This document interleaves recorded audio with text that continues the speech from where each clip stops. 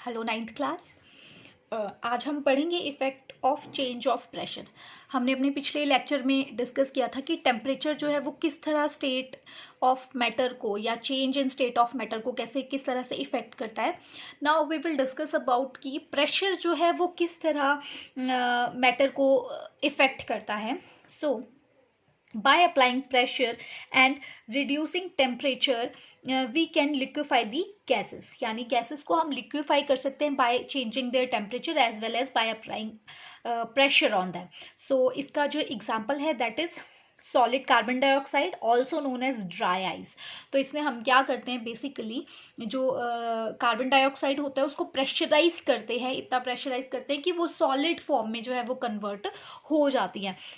अगर ये solid form में जो ये कार्बन डाइऑक्साइड है इसको हमें फिर से गैशियस फॉर्म में कन्वर्ट करना है, तो हम क्या करते हैं, इसके प्रेशर को डिक्रीज कर देते हैं 1 एटमॉस्फेयर। तो ये फिर से जो है वो गैशियस मॉलिक्यूल में कन्वर्ट हो जाती है। तो इस तरह हम सॉलिड कार्बन डाइऑक्साइड को कन्वर्ट कर बना पाते हैं गैशियस मॉलिक्यूल से। सो इससे हमें ये पता चलता है कि जैसे टेम्परेचर से हम एक स्टेट को दूसरी स्टेट में कन्वर्ट कर पा रहे थे, वैसे ही अगर हम प्रेशर अप्लाई करें तो भी हम एक स्टेट को दूसरी स्टेट में कन्वर्ट कर पाएंगे।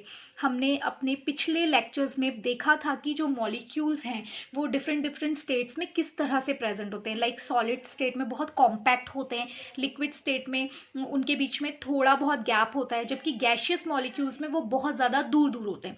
तो जब हम गैशियस मॉलिक्यूल में प्रेशर अप्लाई करते हैं तो वो मॉलिक्यूल्स क्या होते हैं, पास आना शुरू हो जाते हैं और इस तरह से वो अपनी स्टेट भी चेंज करना शुरू कर देते हैं।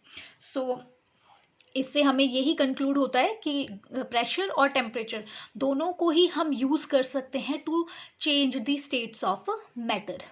Now we will discuss about our next topic that is evaporation. As we know that the particle of matter always moving and are never at rest.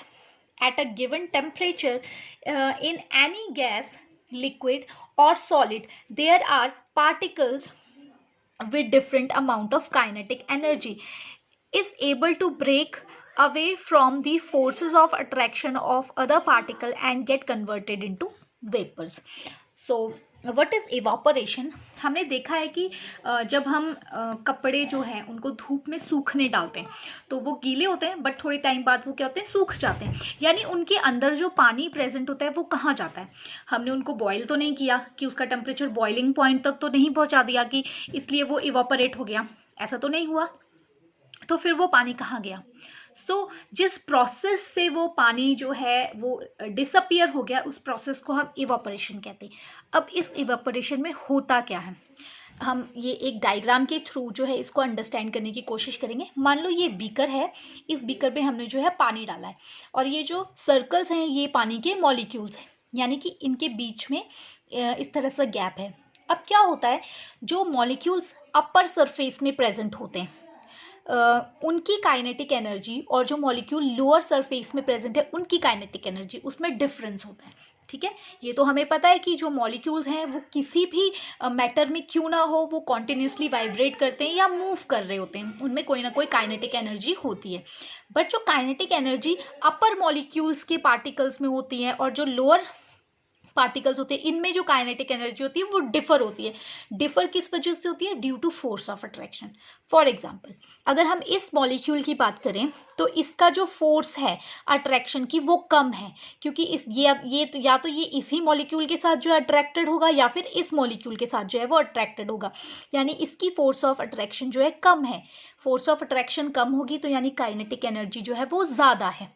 ठीक है, वैसे ही अगर हम इस मॉलिक्यूल की बात करें तो ये मॉलिक्यूल 1 2 3 4 5 6 मॉलिक्यूल्स के साथ जो है फोर्स ऑफ अट्रैक्शन के साथ जो है वो अट्रैक्टेड है, यानी इसकी काइनेटिक एनर्जी क्या है, कम है। और अगर मानो मैं इसको थोड़ा सा भी टेम्परेचर देती हूँ, बॉइलिंग पॉइंट नहीं, बॉइलिंग पॉइंट से कम थोड़ा सा भी टेम्परेचर दूंगी, तो इस मॉलिक्यूल में ये टेंडेंसी है कि ये अपनी ये दो फोर्स ऑफ अट्रैक्शन को तोड़ के यहाँ से फ्री हो जाए।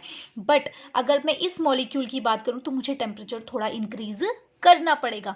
तो सेम प्रोसेस जो है इवापोरेशन में होती है कि जो मॉलिक्यूल्स होते हैं उनकी काइनेटिक एनर्जी डिफर होती है, जिस वजह से जो मॉलिक्यूल्स अपर सरफेस में प्रेजेंट होते हैं उन्हें जब थोड़ी सी भी हीट मिलती है या थोड़ा सा भी टेम्परेचर राइज होता है तो वो वेपर्स की फॉर्म में कन्वर्ट हो जाते हैं। और यही फिनोमेना जो होता है वो हमारे जब हम कपड़े सुखाते हैं, गीले कपड़े सुखाते हैं, उसमें भी सेम चीज़ होती है कि हमने उन्हें कोई हाई टेम्परेचर नहीं दिया होता है, उसे कोई बॉइलिंग पॉइंट नहीं लगाया होता है, बट स्टिल वो कपड़े कैसे सूख जाते हैं, क्योंकि धीरे धीरे जो है मॉलिक्यूल फ्री होते रहते हैं, उनकी काइनेटिक एनर्जी वेरी करती रहती है और वो इवेपोरेट होते रहते हैं।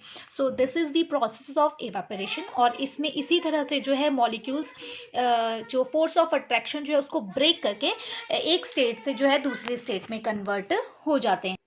Now the definition of evaporation is, it is a phenomena of change of liquid into vapor at any temperature below the boiling point। जैसे कि हमने पीछे डिस्कस किया कि ज़रूरी नहीं है वो टेम्परेचर बॉइलिंग पॉइंट हो, उससे नीचे कोई भी टेम्परेचर जिसमें कि लिक्विड्स में ये टेंडेंसी होती है या किसी भी स्टेट के पार्टिकल्स में ये टेंडेंसी होती है कि वो इवापोरेट हो जाए और वेपर फॉर्म में कन्वर्ट हो जाए, that is known as evaporation. So this is all about the topic. Now the questions are, in what condition does the solid carbon dioxide is kept? What is evaporation? Explain the process of evaporation. Thank you.